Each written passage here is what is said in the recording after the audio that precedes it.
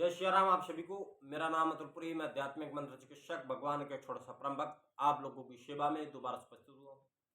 और मैं समय समय पर आप सभी के लिए वीडियो लाता रहता हूँ। और अब मैं प्रयास कर रहा हूँ कि आप सभी के लिए लगातार मैं कार्य करूँ और लगातार काम करता रहूँ, जिससे आप सभी लोग नई नई जानकारियाँ जान पाएँ और नए नए विषय के बारे में जान पाएँ जो लोग आजकल बताते नहीं हैं। हमारा उद्देश्य यह नहीं है कि हम किसी को ऊंचा दिखाना चाहते हैं या नीचा दिखाना चाहते हैं, लेकिन ज़्यादातर गुरु अपनी चीज़ों का वेद नहीं खोलते हैं, अपने चीज़ों के बारे में ज़्यादातर खुलकर विषय पर बात नहीं करते हैं। और मैं ऐसे ही किसी टॉपिक के विषय में लेकर आया हूँ। हमारे एक सब्सक्राइबर का मैसेज था, वह चाहते थे कि भैया आप मुझे ऐसे दिव्य दृष्टि के बारे में बताएं जो हम शाबिर पाक मखदूम अली अहमद शाबिर पाक के बारे में जान पाए और उनके ही नाम से हम दिव्य दृष्टि खोल पाए।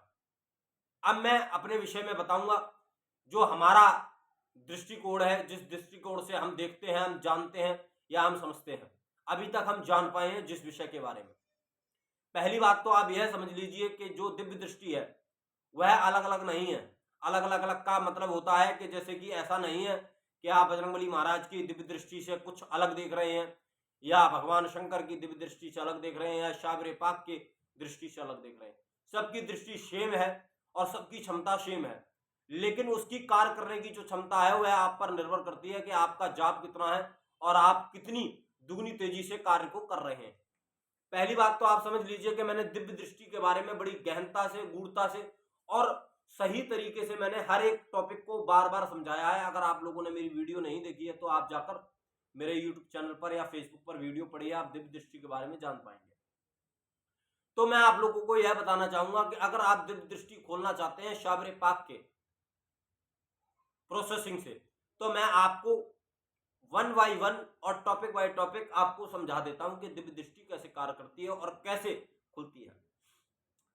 जो आप कार्य करते हैं, पहले तो आप डेली पुनः स्नान कर लें और शुद्ध होकर इत्र वगैरह लगाकर आप बैठ जाएं और लगातार 3 से 4 घंटे आप लगातार जाप करें।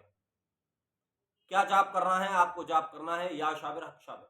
आप लगातार या शाबिर हक शाबिर, या शाबिर हक शाबिर लगातार आप उसका जाप करें। 3-4 घंटे आपको सुबह देने हैं, 3-4 घंटे आपको शाम को देने हैं। और जो आपका भोजन रहेगा वो शुद्ध रहेगा, सात्विक रहेगा और हल्का भोजन रहेगा। और उसके साथ ही साथ आपको त्राटक क्रिया भी करनी है।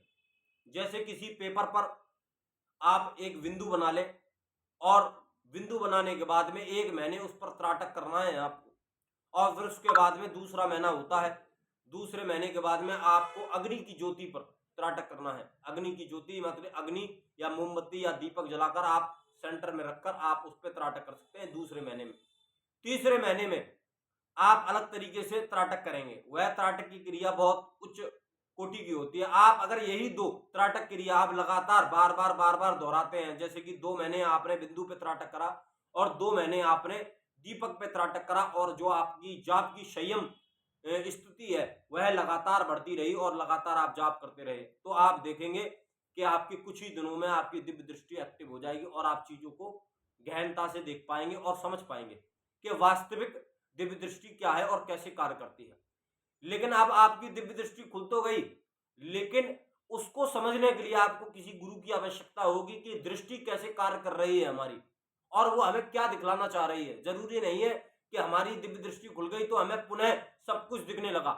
जैसे टीवी चल रही है, हम टीवी को देख रहे हैं कि आदमी जा रहा है, आदमी भोजन कर रहा है, ये कर रहा है, वो कर रहा है, इस तरीके से दृष्टि नहीं दिखाएगी आपको शुरुआती दौर में।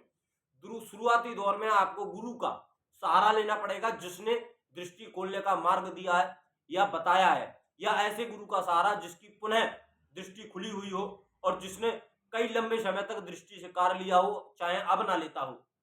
ऐसे गुरु का सानिध्य आपको लेना पड़ेगा, क्योंकि हमारी जो दृष्टियां हैं वो अलग अलग तरीके से दिखाती हैं। जैसे हमारी मानसिक स्थिति जो होती है अलग अलग होती है, सोचने की अलग अलग होती है, समझने की अलग अलग होती है, बोलने की अलग अलग होती है।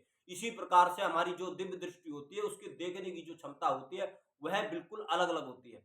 इसी प्रकार से दृष्टियां कार्य करती हैं, लेकिन उसके लिए आपको संयम से और नियम से लगातार लंबे समय तक त्राटक क्रिया करनी पड़ेगी, बिंदु के माध्यम से और ज्योति के माध्यम से। और 3 घंटे 4 घंटे आपको सुबह और 3-4 घंटे आपको शाम को आप लगातार दें। इससे आपकी दिव्य दृष्टि जागृत हो जाएगी।